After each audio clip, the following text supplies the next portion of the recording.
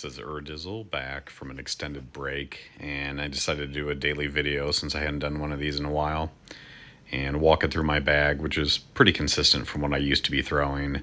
The Accurate Windbreak Fuse for putts and approaches and all that jazz.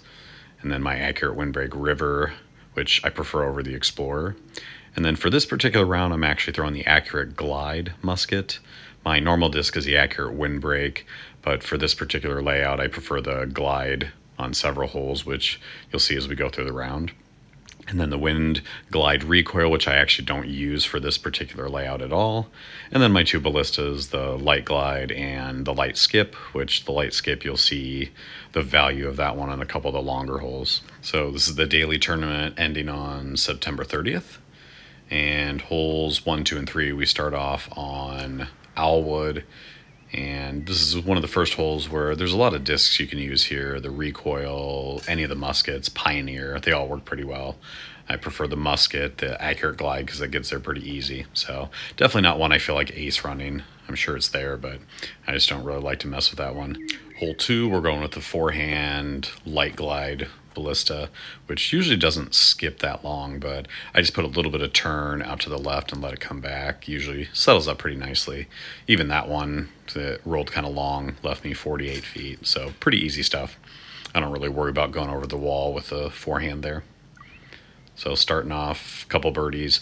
Hole 3, this is one I played a couple times and I really want to ace this one, so I did try the river out a little bit on a scout round just to see how to get it. So that did take me a little bit of time to get, 10 or 12 runs through, but I was pretty happy starting off birdie, hole in 1.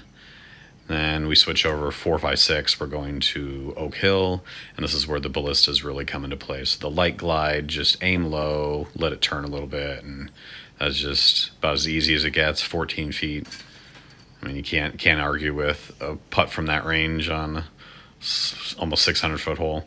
So hole 5 here, this is where I transition over to the Light Skip, and I know a lot of people prefer the Glide Skip, but I think this is a perfect hole where the Light Skip just gets so much further. I mean, anytime you can get far enough up where you're putting from 47 feet, I mean, it's nice to have a throw-in from 60, 70, 80 feet with the Glide Skip, but I mean, if you can putt this one, that's just such a high percentage shot. And that hole right there is probably one of the main reasons I stick with the Light Skip Ballista.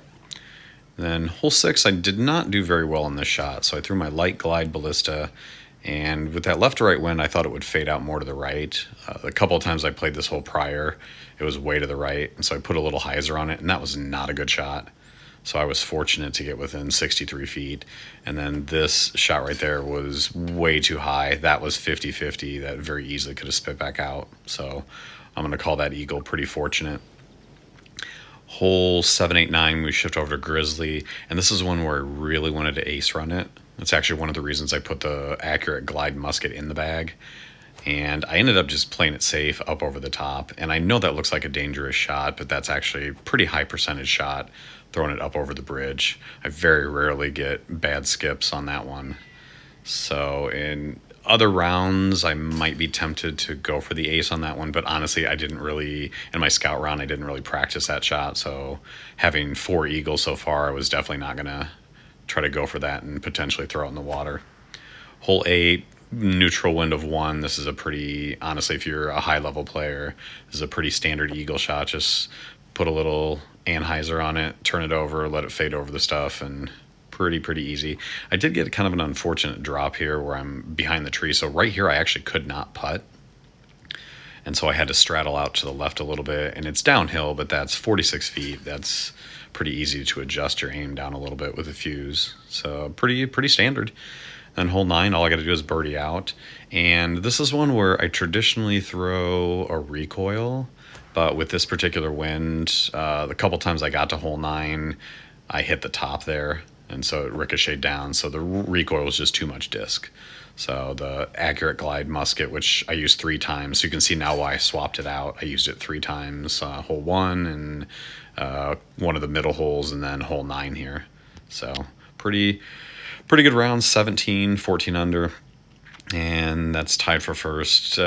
Possibility someone can shoot a 15, but for not having played the daily tournaments in a while. I was pretty happy with that one. So hopefully you enjoyed. I'm not sure how often I will be back to do these videos, but I decided to pop in at least and give you a little taste. So I will see you guys in the next video.